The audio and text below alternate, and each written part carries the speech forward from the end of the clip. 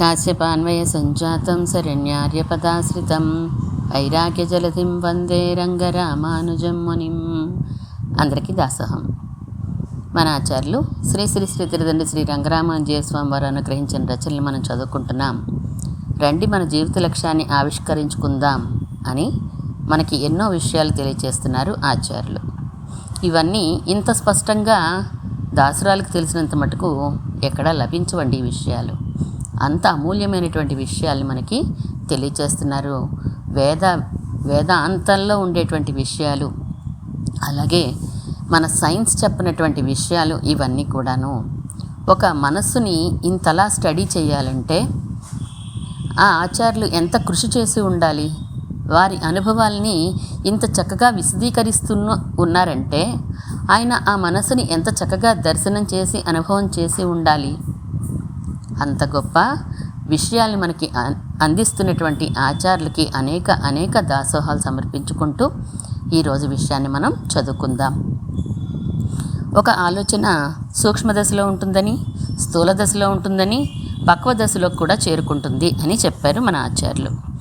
ఆ ఆలోచన సూక్ష్మ దశలో ఉంటే సంస్కారం మనసులో పడింది, సంస్కారం పడింది అని అంటాం. స్థూల దశలో ఉంటే సంఘం కలిగింది అంటాం. పక్వ దశలోకి వస్తే కామంగా మారింది అంటాం. దీనినే భగవద్గీతలో కృష్ణ పరమాత్మ చెప్పాడు అని మనకి ఆచార్యులు శ్లోకాన్ని కూడా ఇచ్చారు. ఎప్పుడైతే ఆ ఆలోచన ఫలవంతం అవ్వలేదో, కామం తీరకపోతే, కోరిక తీరకపోతే క్రోధం వస్తుంది. కామాత్ క్రోధోపి జాయతే, క్రోధాత్ భవతి సమ్మోహః, సమ్మోహాత్ స్మృతి విభ్రమః, స్మృతిభ్రంశాత్ బుద్ధినాశో, బుద్ధినాశాత్ ప్రణశ్యతి. నిన్న మనం ఈ విషయాలన్నీ కూడా మనం చెప్పుకున్నాం. ఒక ఆలోచన చేసే యాత్ర విధానం ఎలా ఉంటుందో మనకి తెలియచేశారు ఆచార్యులు. అంతేకాకుండా మనసులో ఆలోచన ఎలా జన్మిస్తుందో, అది ఎలా క్రియగా మారుతుందో, ఎందుకు మారదో అన్నీ కూడా చెప్పారు. ఒక బెలూన్ని, గాలిని ఇవన్నీ కూడా చెప్పారు. మనసులోని ఆలోచనల తీరు ఎలా ఉంటుందో మనకి వివరిస్తూ, ఆలోచనల ప్రారంభం అనేది కేవలం ఇంద్రియాలకు బయట నుంచి సప్లై చేసే విషయాల వలన మాత్రమే ఉండదు, చిత్తం వలన కూడా ఉంటుంది అని, ఇంకా కొన్ని కారణాల వల్ల కూడా ఉంటుంది అని మనకి వివరిస్తున్నారు. కన్ను, ముక్కు, చెవి, చర్మం, నాలుక ఈ బయట నుంచి వచ్చే విషయాలు ఉంటాయే, ఇవన్నీ కూడా గ్రహించి మనసుకు సప్లై చేస్తే ఆ విషయాల మీద ఒక ఆసక్తి మనకు బయలుదేరి తత్సంబంధమైన ఆలోచన ఒకటి బయలుదేరుతుందని, దానికి కూడా కొంత శక్తి ఉంటుందని, ఆ శక్తి పెరిగిన కొద్దీ అది క్రియగా మారుతుందని చెప్పుకున్నాను నిన్నటి వరకు. ఈరోజు మిగిలినది చదువుకుందాం. ఆ జ్ఞానేంద్రియాలు అలా విషయాల్ని లోపలికి సప్లై చేయకపోయినా అది వరకే మన చిత్తంలో, అంటే స్టోర్ హౌస్లో ఉన్న విషయాలు ఒక క్రొత్త ఆలోచనని మనకి రేకెత్తించవచ్చు. దాని శక్తి క్రమంగా పెరిగి అది క్రియగా మారవచ్చు. వంటింట్లోకి కొత్తగా కూరగాయలు కొని తీసుకురాకపోయినా అప్పటికే ఉన్న ఫ్రిడ్జ్లో ఉన్న కూరగాయలతో కూడా వంట చేసుకోవచ్చు కదా, అలా అన్నమాట. ఇంకో తమాషా, చిత్తంలో ఫలానా విషయం అని స్పష్టంగా రికార్డ్ అయి ఉండకపోయినా వాసనలు ఉన్నాయనుకోండి, అవే క్రొత్త ఆలోచనల్ని రేకెత్తించగలవు. వాసన అంటే గుర్తుంది కదా, ఇంగు పెట్టిన డబ్బాలో ఇంగు తీసేసినా దాని వాసన మిగిలిపోయినట్లే వెనుక జన్మల కర్మలు గుర్తుండకపోయినా వాటి వాసనలు మాత్రం చిత్తంలో ఉండి అవే కొన్ని ఆలోచనల్ని కలిగిస్తూ ఉంటాయి. ఇది ఎలాంటి పరిస్థితి అంటే, బజార్ నుంచి కూరలు కొత్తగా తీసుకొని రాలేదు, వంటింటి ఫ్రిడ్జ్లోనూ లేవు, కానీ ఇదివరకు తిన్న కూరగాయల విత్తనాలు అనుకోకుండా పెరట్లో పడి మొలకెత్తితే వాటిని కూడా వండుకోవచ్చు కదా మనం. ఇంకో తమాషా కూడా ఉంది ఆలోచనల విషయంలో. కొన్ని ఆలోచనలు కలిసి ఒక కొత్త ఆలోచనకి రూపాన్ని ఇస్తూ ఉంటాయి. ఈ సామర్థ్యం కొంతమందిలో కొంత అధికంగాను, కొంత అల్పంగానూ ఉంటూ ఉంటుంది. దీనినే మేధాశక్తి అంటూ ఉంటారు. వంకాయలు, చిక్కుడుకాయలు, బఠానీలు వీటిని విడివిడిగా కూరగా వండుకోవచ్చు. అప్పుడు 3 కూరలు అవుతాయి. వంకాయ, చిక్కుడుకాయ కలిపి ఒక కూర, వంకాయ బఠానీ కలిపి ఇంకో కూర, చిక్కుడు బఠానీ కలిపి వేరే కూర, వంకాయ, చిక్కుడు, బఠానీ కలిపి ఓ కూర చేస్తే 3 కూరలతో 7 రకాల కూరలు ఎలా అవుతాయో, అలాగే మనసులో ఉండే వందల వేల లక్షల కోట్ల విడి ఆలోచనల పరస్పర రాపిడి అంటే ఇంటరాక్షన్ వలన కొత్త ఆలోచనలు బయలుదేరవచ్చు. ఆ సామర్థ్యం ఉన్నవారినే మేధావులు అంటారు. ఇంతేనా, ఇంకో రకంగా కూడా వస్తాయి ఆలోచనలు? వస్తాయి. అవి భగవత్ సంకల్పం చేత వస్తాయి. ఫలానా క్రియ మన చేత చేయించాలనుకున్నాడు అనుకోండి భగవంతుడు, దానికి సంబంధమైన సంస్కారం కానీ విషయం కానీ చిత్తంలో లేకపోయినా, ఇంద్రియాలు ఏవి బయట నుంచి సప్లై చేయకపోయినా, భగవంతుడు మనలో ఒక క్రొత్త ఆలోచనని రేకెత్తింపచేసి అది శక్తిని పుంజుకునేలా చేసి దానికి క్రియగా మార్చగలడు. ఈ పనిని భగవంతుడు ఎందుకు చేయించాలి? మొదటి కారణం ఆయన ఇష్టం. ఈ సమస్త జగత్తు ఆయనది, ఎలా కావాలంటే అలా వాడుకోవచ్చు గనక ఆయనకు తోచినప్పుడు తోచినట్లు చేస్తాడు. రెండో కారణం మన చుట్టూ ఉన్నవారి కర్మానుభవం. మన కర్మానుభవానికి కావలసిన సంస్కారాల రికార్డు మన చిత్తంలోనే ఉంటుంది.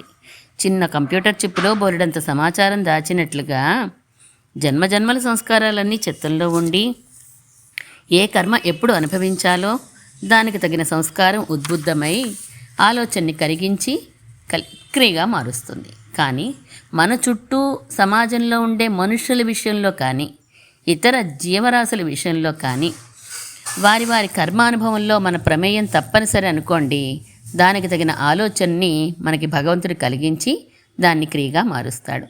ఉదాహరణకి పక్కింటి పిల్లాడికి జ్వరం వచ్చింది, ఆ కర్మానుభవం పూర్తయింది. లేదా ఇంకా అనుభవాన్ని ఆపేయాలని క్యాన్సిల్ చేసేద్దాం అని భగవంతుడు సంకల్పించాడనుకోండి, ఆ పనిని మనని వినియోగించదలిచాడనుకోండి, ఆ పనికి మన మనసులో ఒక మంచి మందు గురించిన ఆలోచన, మంచి డాక్టర్ గురించిన ఆలోచన కలిగించి అది క్రియగా మారేంత శక్తిని కూడా దానికి పొందించి పక్కింటి వారికి మన చేత చెప్పిస్తాడు.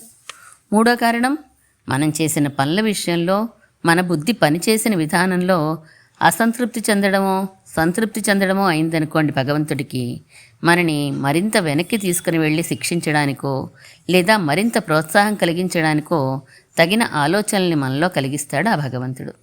అవి క్రియగా మారి దదామి బుద్ధియోగంతం అన్నట్లుగానో క్షిపామి ఆసురీష్వేషు యోనిషు అన్నట్లుగానో జరుగుతుంది. ఇదన్నమాట ఆలోచనలు, వాటి కథ కమామిషు. ఇలా ఆలోచనలో ఉండే వైవిధ్యాన్ని ఎంత చక్కగా గ్రహించగలిగితే అంత చక్కగా మన మనస్సుని మనం పరిశీలిస్తూ విమర్శించుకోగలుగుతాం. చాలా విచిత్రమైన విషయం ఒకటి తెలుసా?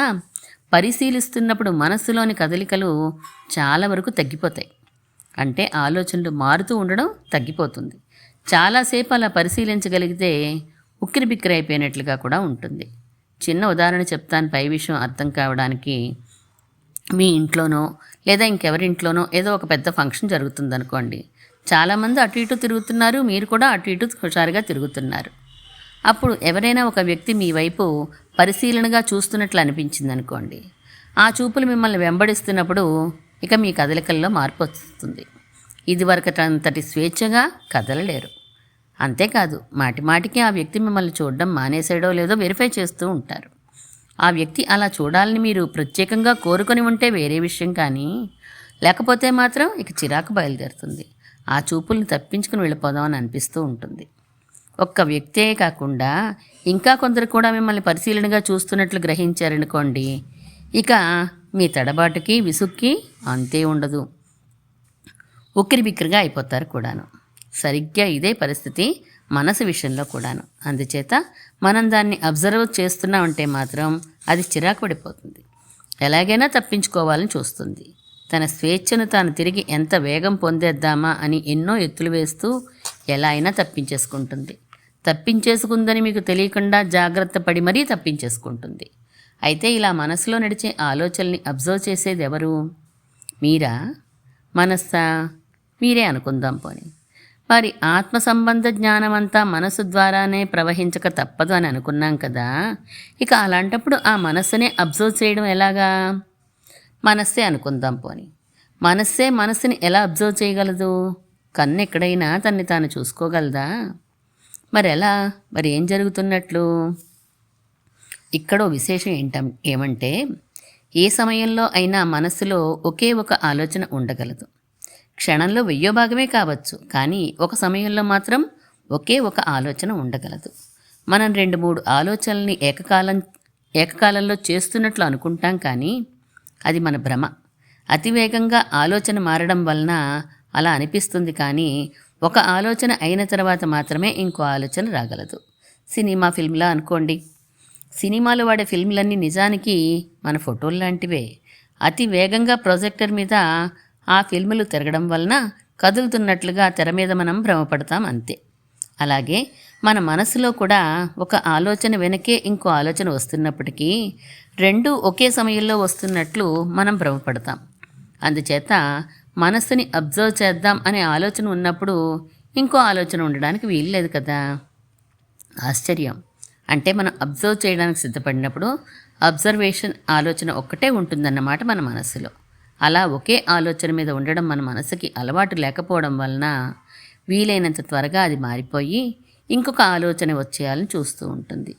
మనకి ఎన్నో జన్మల నుండి అనాదిగా చంచలమైన మనసుతో ఉండడం అలవాటైపోయి అంత సులభంగా ఒకే ఆలోచన మీద మనస్సు ఉండదన్నమాట. అందుచేత అబ్జర్వేషన్ ఆలోచన కొద్దిసేపు ఉన్న తర్వాత ఇంకేదో ఆలోచన వచ్చేస్తుంది. అంతలోనే చటుక్కున అబ్జర్వ్ చేస్తున్నాం కదూ అని గుర్తుకు వచ్చి మళ్ళీ అబ్జర్వేషన్ ఆలోచన ముందుకు వస్తుంది.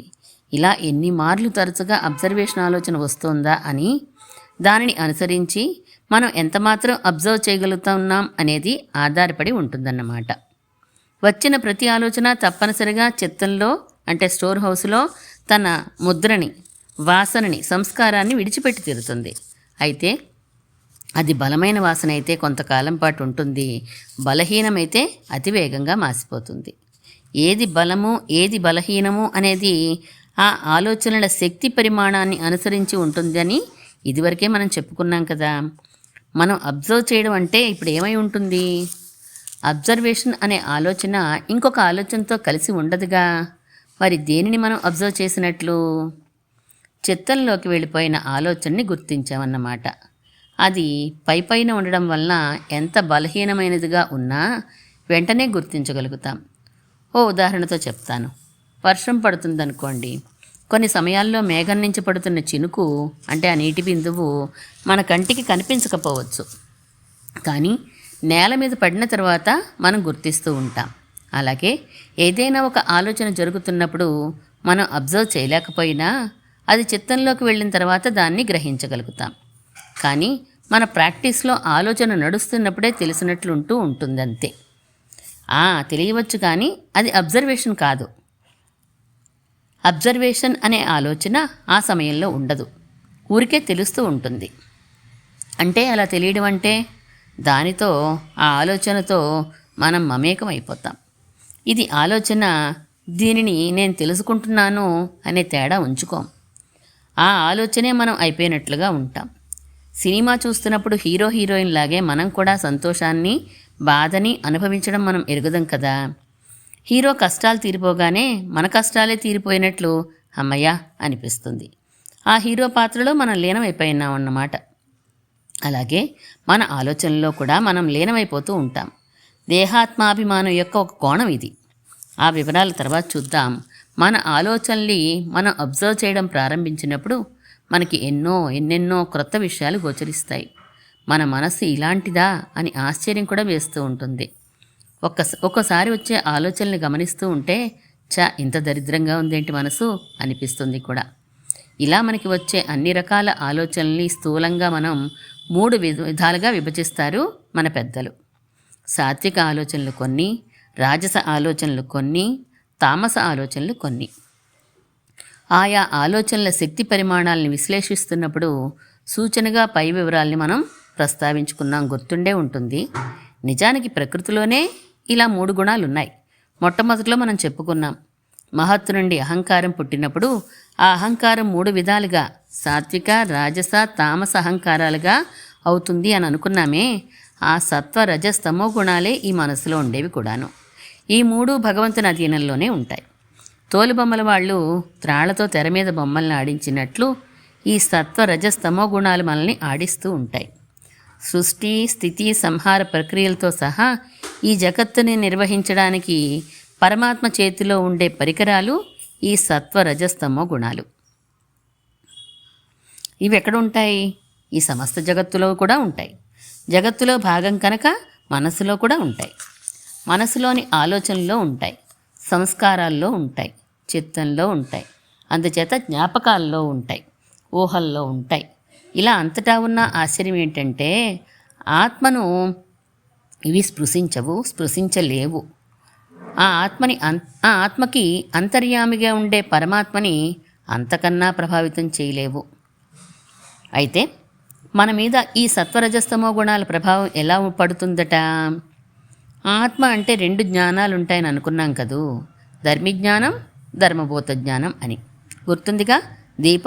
దీపం చుట్టూ ఉన్న వెలుగు ప్రభలా ఇవి 2 ఉంటాయి అని చెప్పి. అందులో ధర్మబోధ జ్ఞానమే బయటికి ప్రసరించేది. అదే మనస్సు గుండా ప్రయాణిస్తుంది. అలా ప్రయాణించినప్పుడు మనసులో ఉండే సత్వరజస్తమో గుణాల ప్రభావం ఆ ధర్మబోధ జ్ఞానం మీద పడి అది స్వచ్ఛమైనదే అయినా ఈ గుణాల్ని ఆపాదించుకుని బయటకు వెలువడుతుందన్నమాట. ఆ ధర్మబోధ జ్ఞానం యొక్క వివిధ అవతారాలే మన ఆలోచనలు, మన జ్ఞాపకాలు, మన ఊహలు వగైరా వగైరాలన్నీ. అబ్జర్వ్ చేయడం అనేది కూడా ధర్మబోధ జ్ఞానం యొక్క ఒక కోణమే. మనకి భగవత్ సాక్షాత్కారం అయినా, ఆత్మసాక్షాత్కారం అయినా ఈ ధర్మబోధ జ్ఞానమే. అలాంటి ఈ ధర్మబోధ జ్ఞానం సత్వరజస్తమో గుణాల చేత ఎలా ప్రభావితం అవుతుందో కొంచెం వివరంగా చూద్దాం. ఇదివరకు మనం ఒక విషయం చెప్పుకున్నాం, గుర్తు తెచ్చుకోండి. ప్రతి ఆలోచనకి ఒక శక్తి ఉంటుందని, ఆ శక్తి ఆ ఆలోచనని మన మనసు ఆప్యాయనం చేసే కొద్దీ వృద్ధి పొందుతూ ఉంటుందని, ఒకానొక దశలో ఆ ఆలోచనకి అలా ఉండలేక యాక్షన్గా అంటే క్రియగా మారిపోతుంది అని మనం చెప్పుకున్నాం. అయితే ఎంత శక్తి ఒక ఆలోచనకి చేరుకున్నాక అది యాక్షన్గా మారుతుంది అనేది ఎన్నో పరిస్థితుల మీద ఆధారపడి ఉంటుంది. ఒక్కొక్కరిలో ఒక్కొక్కలా ఉంటుంది, ఒక్కో సమయంలో ఒక్కోలా ఉంటుంది. కొన్ని ఆలోచనలు కొందరిలో కొన్ని సమయాల్లో చటుక్కున క్రియలుగా మారిపోతూ ఉంటాయి. అప్పుడు వారిలో రజోగుణం రాజ్యం చేస్తోందన్నమాట. మరికొన్ని ఆలోచనలు మరికొందరిలో మరికొన్ని సమయాల్లో చాలా శక్తిని సంతరించుకుంటేనే గాని క్రియలుగా మారవు. అప్పుడు వారిలో తమోగుణం రాజ్యం చేస్తోందన్నమాట. ఇంకొన్ని ఆలోచనలు ఇంకొందరిలో ఇంకొన్ని సమయాల్లో అనుకూలంగా క్రియలుగా మారిపోతాయి. అప్పుడు వారిలో సత్వగుణం రాజ్యం చేస్తోందన్నమాట. కొంత ఐడియా వచ్చి ఉంటుంది సత్వ రజస్తమో గుణాల గురించి. అయితే ఏ ఒక్కరి మనసులో ఆలోచనలు కూడా ఏదో ఒక గుణంలోనే నిండి ఉండిపోవడం అనేది ఎప్పుడూ జరగదు. 3 గుణాలు సమానంగా ఉంటే ప్రళయ సమయం వచ్చేసినట్లే. అందుచేత ఆ 3 గుణాలు ఎక్కువ తక్కువలు అవుతూనే ఉంటాయి. ఏ ఒక్క వ్యక్తి కూడా తన జీవితకాలంలో పూర్తి సాత్వికతతో కానీ, పూర్తి రాజసిక స్థితిలో కానీ, పూర్తి తామసిక స్థితిలో కానీ గడపజాలడు. జీవితకాలం వరకు ఎందుకు, ఒక్కరోజు అలా గడవడమే చాలా కష్టం. ఎందుకంటే మనసులో ఉండే ఆలోచనల్లోనే కాదు, ఈ సత్వరజస్తమో భేదాలు మన చుట్టూ ఉండే విషయాల్లో కూడా ఉంటాయి. విషయాల్ని మనం మార్చలేం కదా. అది సరే, ఒక తమోగుణ సంపన్నుడు ఎలా ఉంటాడు, వాడిని ఎలా గుర్తించాలి? పోనీ మనం తమోగుణంలో ఉన్నామో లేదో ఎలా తెలుసుకోవడం? తమోగుణ సంపన్నుడికి బద్ధకం ఎక్కువ. ఏ పని త్వరగా ప్రారంభించినా పూర్తి చేయాలని చూడడు. కొత్త ఆలోచనలు రావు, వచ్చినా క్రియారూపంగా ఒకంతట మారవు. మనసులో ప్లాన్ల మీద ప్లాన్లు వేస్తూ ఉంటాడు. అంటే పగటి కలలు, అసాధ్య విషయాల ఊహలు ఎక్కువగా ఉంటాయి. తనకి గొప్పతనం రావడం కోసం ఇతరుల గొప్పతనాన్ని తగ్గించాలని ఆలోచిస్తాడు. హింసకి, ద్వేషానికి సంబంధమైన ఆలోచనలు మాటిమాటికి ముసురుకుంటూ ఉంటాయి. దంభం ఎక్కువ, ఎదుటివారిని మోసం చేయాలనే కోరిక అధికం. ఒకరు చెప్పిన దాన్ని వినే రకం కాదు. దేవుళ్ళ మీద నమ్మకం ఉన్నా పరమాత్మ వైపు మనస్సు పోదు. నిల్వ ఉంచిన వస్తువులు, చెద్దన్నం, ఊరగాయలు వంటి వాటి మీద మక్కువ ఎక్కువగా ఉంటుంది. ఉల్లిపాయ, ములక్కాయ లాంటివి కూడా లేకుండా ముద్ద దిగదు. పొరపాట్లు అధికంగా చేస్తూ ఉంటారు. భగవద్విషయాలు ఒకంతటా అర్థం కావు. అర్థమైనా అందులో ఒకంతటా ప్రవర్తించరు వాళ్ళు. అపాత్రదానాలు చేస్తూ ఉంటారు. ఈ జన్మలో తమోగుణం అధికంగా ఉన్నవాడు తగ్గించుకోవడానికి ప్రయత్నించకపోతే ఇంకా ఇంకా తమోగుణాల జన్మలే పొందుతాడు. పశువులు, పక్షులు, కీటకాలు, వృక్షాలు, పొదలు వగైరాలన్నీ ఆ వరుసలో అధికంగా తమోగుణం ఉన్న జీవులే. భూలోకానికి దిగువన అధోలోకాల్లో చాలా భాగం అధికార పురుషులు తప్ప మిగిలిన వారందరూ తమోగుణ సంపన్నులే. ఇక రజోగుణ సంపన్నుడు ఎలా ఉంటాడు? వాడిని ఎలా గుర్తించడం? పోనీ మనం రజోగుణంలో ఉన్నామో లేదో ఎలా తెలుసుకోవడం? రజోగుణం సంపన్నుడికి స్పీడ్ ఎక్కువగా ఉంటుంది. ఏ పనికైనా త్వరగా సిద్ధపడిపోతాడు. అది పూర్తి అవ్వకుండానే ఇంకో దానికి పరిగెడుతూ ఉంటాడు. కొత్త ఆలోచనల ప్రవాహం ముంచెత్తుతూ ఉంటుంది. ఒకటి స్థిరంగా ఉండదు. ఇతరుల కన్నా తాను గొప్పగా ఉండాలని ఎప్పుడు తపన చెందుతూ ఉంటాడు. బోలెడు ప్రణాళికలు వేస్తాడు కానీ దేనిని తుదముట్టించడు. కీర్తి ప్రతిష్టల కాంక్ష ఎక్కువ. ఎవరేది చెప్తే అదే బాగుందని అప్పటికి అనిపిస్తూ ఉంటుంది. పరమాత్మ ఉన్నాడని తెలిసినా కుయుక్తులతో ఆ జ్ఞానాన్ని చెడగొట్టుకుంటూ ఉంటాడు. కారం, పులుపు, ఉప్పు ఎక్కువగా తినాలని కోరుకుంటూ ఉంటాడు. క్యారెట్, బీట్రూట్లంటే ప్రాణం. చేసిన పొరపాట్లుగా ఎవరూ గుర్తించకుండా ఉండాలని ప్రయత్నిస్తాడు. భగవద్విషయాలకి తన అతి తెలివితేటలతో అపార్థాలు చెప్పేస్తూ ఉంటాడు. దాన ధర్మాలు పేరు ప్రఖ్యాతుల కోసమే చేస్తూ ఉంటాడు. ఈ జన్మలో రజోగుణం అధికంగా ఉన్నవారు దానిని తగ్గించుకోకపోతే ఇంకా రజోగుణ జన్మలే పొందుతూ ఉంటారు. వీరు 14 లోకాల్లోనూ కనిపిస్తూ ఉంటారు. పౌర్ణమికి, అమావాస్యకి వీరి రజోగుణం పెరుగుతూ ఉంటుంది. రాత్రిపూట పెరుగుతూ ఉంటుంది. విషయలాలస ఎక్కువ. కనిపించిందంతా తన అనుభవానికే ఉంది అని వీరి భావన.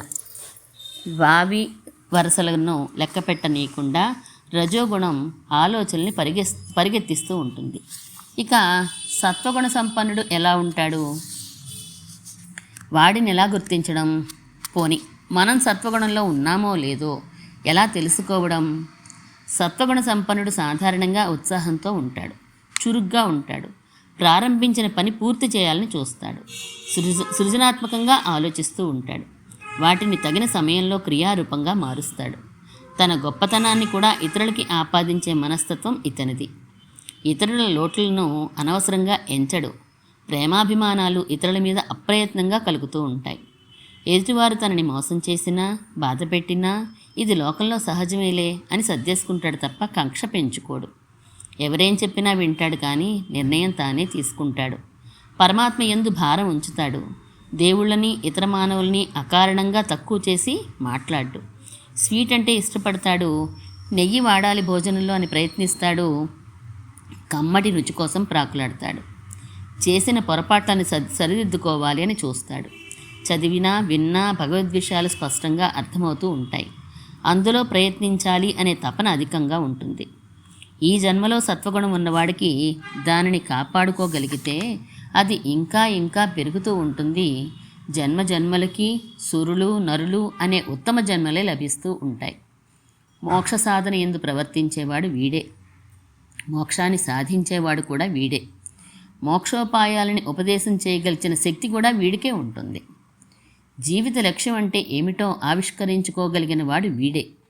ఆ లక్ష్యాన్ని సాధించగలిగేవాడు వీడే. దానిని 10 మందికి తెలియచెప్పగల సమర్థుడు కూడా వీడే. ఇక్కడి వరకు మన ఆచార్యులు జీవిత లక్ష్యం ఏంటో తెలుసుకుందాం రండి అన్నారు. ఎలాంటి వారు తమ జీవిత లక్ష్యాన్ని చేరుకోగలుగుతారో చాలా చక్కగా వివరించారు. కింద గమనిక అని చెప్పి మళ్ళీ ఇంకో చిన్న కొన్ని విషయాల్ని చెప్తున్నారు. ఇప్పటి వరకు పాఠకులు జీవిత లక్ష్యాన్ని గురించిన ఒక అవగాహనని కల్పించుకునే ప్రయత్నం చేశారు. ఒక సాధారణ ఆధ్యాత్మిక చింతనాపరునికి కనీసం ఉండవలసిన విషయ జ్ఞానం ఇది. ఇక ఈ పైనంతా అనుభవ జ్ఞానమే నడుస్తుంది. శ్రీ శ్రీ శ్రీ త్రిదండి శ్రీ రంగరామానుజీయ స్వామి వారు తమ 21 గంటల నిడివి గల సుదీర్ఘ మల్టీమీడియా ప్రవచనాలలో ఈ అనుభవ జ్ఞాన విషయంగా సుమారు 8 గంటల కాలం వెచ్చిస్తారు. ఈ విభాగాన్ని ఇలా పుస్తకాల్లో చదవడం సాధ్యం కానిది, అభిలషణీయం కానిది కూడాను. ఆసక్తి గల వారందరూ ఆ కార్యక్రమానికి హాజరై ఒక దివ్య అనుభూతిని పొందవచ్చు. లేదా సదాచార సంపన్నులు, వైదికులు, అనుష్ఠాన నిష్ఠాగరిష్ఠులు అయిన మహానుభావుల శ్రీపాదాల్ని ఆశ్రయించి గ్రహించవచ్చు కూడా. స్వస్తి అంటున్నారు మన ఆచార్యులు. ఇలాంటి విషయాలు ఉన్న పుస్తకాలు మన సంప్రదాయంలో, అందులో తెలుగులో చాలా తక్కువగా ఉంటాయి. స్వామివారు చెప్పారు కదా, ఫ్రాయిడ్ అని ఇదని అదని ఇంగ్లీష్ వాళ్ళు ఏదో చెప్పారని. వాళ్ళు ఇంత డీప్గా స్టడీ చేసి చెప్పిన విషయాలు కానే కావు. మన ఋషుల వలనైతేనేమి, మన పూర్వాచారుల వలనైతేనేమి, మనకి కంటికి కనిపించని విషయాలు కూడా చెప్పే వేదాల వలన అయితేనేమి, ఇన్ని విషయాల్ని క్రోడీకరించి తాము స్వయంగా తమ అవగాహనలోకి తెచ్చుకుని మన ఆచార్యులు ఇటువంటి విషయాలు మనకి అందించారు. ఇలాంటి విషయాలను అందించడం మామూలు విషయం కాదు. అవి గ్రంథస్థం చేయడం మరింత కష్టం. గ్రాఫుల రూపంగా చెప్తూ మనకు అర్థం అవ్వాలని అనేక ఉదాహరణలు చెప్తూ మనకి అర్థమయ్యేలా ఆచార్యులు అందించారు. వాటిని మన జ్ఞానంతో మన ఆలోచనలతో మరింతగా మనం అధ్యయనం చేయడానికి, అంటే మన అనుష్ఠానంలో పెట్టుకోవడానికి మనం ప్రయత్నం చేయాలి. దాసరాలు చదివే ఈ గ్రంథాలు ఏవైనప్పటికీ కూడా ఆచార్య రచనల మీద ఇష్టాన్ని కలిగించడం కోసం, ఇంట్రెస్ట్ కలిగించడం కోసమే తప్ప వేరే ఉద్దేశం లేదు. మన ఆచార్యుల విషయాలు అత్యంత విలువైనవి. ఈ గ్రంథాలు పుస్తక రూపంలో మనం చదవడం అనేది చాలా కష్టమైపోతున్న ఈ రోజుల్లో ఆడియో బుక్గా ఉపకరిస్తాయని మాత్రమే ఈ ప్రయత్నం. మీకు తెలిసిన వారందరికీ కూడా మన ఆచార్య రచనల్ని అందించే ప్రయత్నం చేయండి. దోషాలుంటే మన్నించమని ప్రార్థిస్తూ ఈ కోసం ఇక్కడితో పూర్తయిపోయింది. ఆచార్య అనుగ్రహంతో మనం 4 కోశాలు పూర్తి చేసుకోగలిచాం. మిగిలిన కోశాలు కూడా తెలుసుకునే ప్రయత్నం చేద్దాం. రండి, మన జీవిత లక్ష్యాన్ని ఆవిష్కరించుకుందాం అనేది పూర్తయిపోయింది. శ్రీమన్మహాభూతపురే శ్రీమత్ కేశవ యజ్వరః కాంతిమత్యాం ప్రసూతాయ ఇది రాజాయ మంగళం.